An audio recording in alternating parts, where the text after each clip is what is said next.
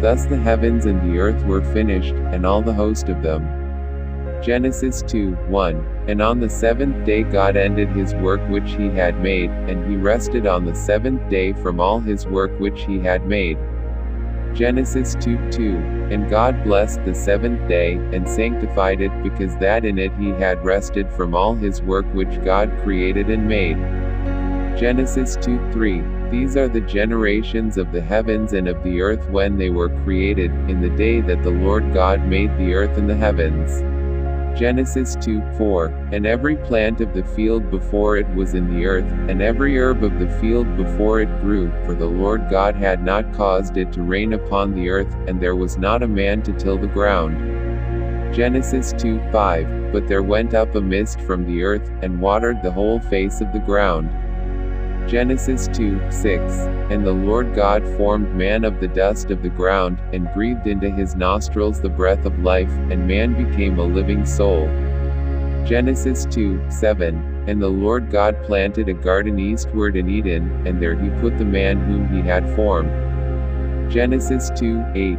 And out of the ground made the Lord God to grow every tree that is pleasant to the sight, and good for food, the tree of life also in the midst of the garden, and the tree of knowledge of good and evil.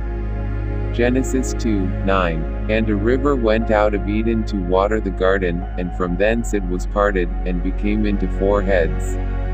Genesis 2:10. The name of the first is Pison, that is it which compasseth the whole land of Havilah, where there is gold.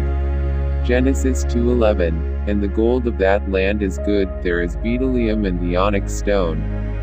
Genesis 2:12. And the name of the second river is Gihon, the same is it that compasseth the whole land of Ethiopia. Genesis 2:13. And the name of the third river is Hiddekel, that is it which goeth toward the east of Assyria. And the fourth river is Euphrates.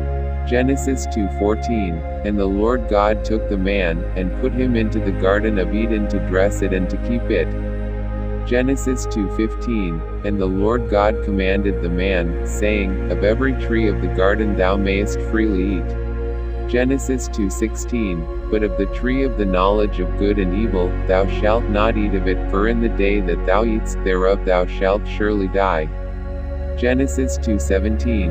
And the Lord God said, It is not good that the man should be alone, I will make him an helpmeet for him. Genesis 2:18.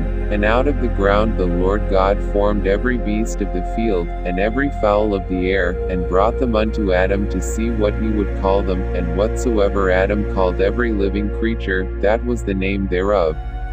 Genesis 2:19. And Adam gave names to all cattle, and to the fowl of the air, and to every beast of the field, but for Adam there was not found an helpmeet for him. Genesis 2:20. And the Lord God caused a deep sleep to fall upon Adam, and he slept, and he took one of his ribs, and closed up the flesh instead thereof. Genesis 2:21. And the rib, which the Lord God had taken from man, made he a woman, and brought her unto the man. Genesis 2:22. And Adam said, This is now bone of my bones, and flesh of my flesh, she shall be called woman, because she was taken out of man.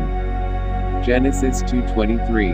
Therefore shall a man leave his father and his mother, and shall cleave unto his wife, and they shall be one flesh. Genesis 2:24. And they were both naked, the man and his wife, and were not ashamed. Genesis 2:25.